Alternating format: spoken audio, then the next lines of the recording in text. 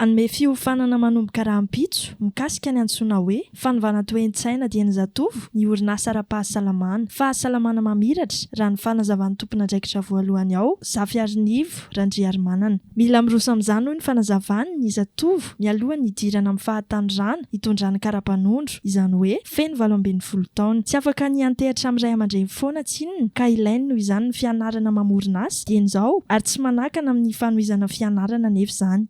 Afaka volana vitsivitsy zao dia ho tonga fidika mpianatra dia mampirisika kely mandritra n'izao vakansy zao. Tsy haiko hoe firy taona aloha ianao zao mijery anazy zao fa zao ny zavatra misy matetika dia neverintsika fa anjarany ray na anjarany renitsika mikarakara ny fidirantsika mianatra na ihany koa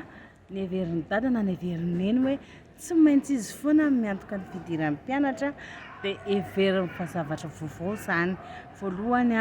ny fidiran'ny mpianatra tsy aretim-be akory ka milazaloza sy dépense be hoe tena hoe fidiran'ny mpianatra tena sahirana fa zavatra efa mpiseho isan'andro zany mpiseho isan-taona izany fidiran'ny mpianatra izany. Ho antsika mpianatra indray koa manaova fanandramana azoko atao na amin'izao taonako izao za mba mikarakara manokana ifafahako miditra mianatra ahoana ary ny tokony atao. Voalohany aloha dia saino fa misy zavatra azonao atomboka dia izao vakansy izao araroto ny fotoana afaka ataonao hoe ahoana ny fomba ataonao ananana orinasa madinika ho anao mitokana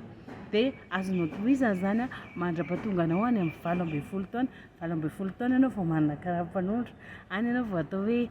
inona ny asanao nefa raha ny tokony izy dia mbola mpianatra ihany no tokony mipetraka eo amin'io toerana io fa tokony hanana fidiram-bola matanjaka ianao. Za zany mampirisika anao atao fahasalamana mamiratra misy fanabeazana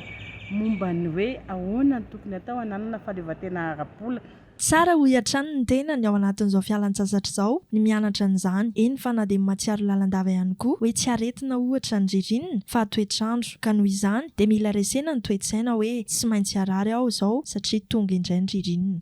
Misy olona rehefa ririnina dia tsy maintsy marary ny tendany ohatra dia fodim-pisaina ny mieritreritra mihitsy izy hoe avy indray ny ririnina dia harary indray izao ny tendako dia ao anatin'ny sainy mihitsy ny hoe efa tokony harary tenda zao fa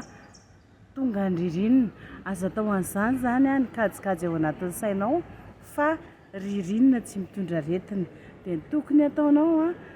tafihan'ny arety tenda isaky ny ririnina izany ianao ho antsika ilay marary tenda aloha na matetika na mahalana dia midika izany fa efa miady ny hery mamelona ao anaty vatana dia mba ampatanjaka ny hery mamelona ao anaty vatana ataovy mafana be ny faladia ataovy mafana tsara ny tratra ny lamosina dia ataovy mafana fanaraka amin'izay ny tenda. Rehefa manao cache-nez dia ity zany mba hatsidiko kely ndraindraitsika rehefa manao cache-nez dia ataontsika tady vavarana tsy natao asiana vavarana ny tendantsika tsy za tompony ihany no hanao vavarana amin'ny tendako fa omby andevonoina tsy maintsy vavarana dia mba ataovy cache-nez tsotra amin'ny maha cache-nez anazy zany mba sosokevitra izay.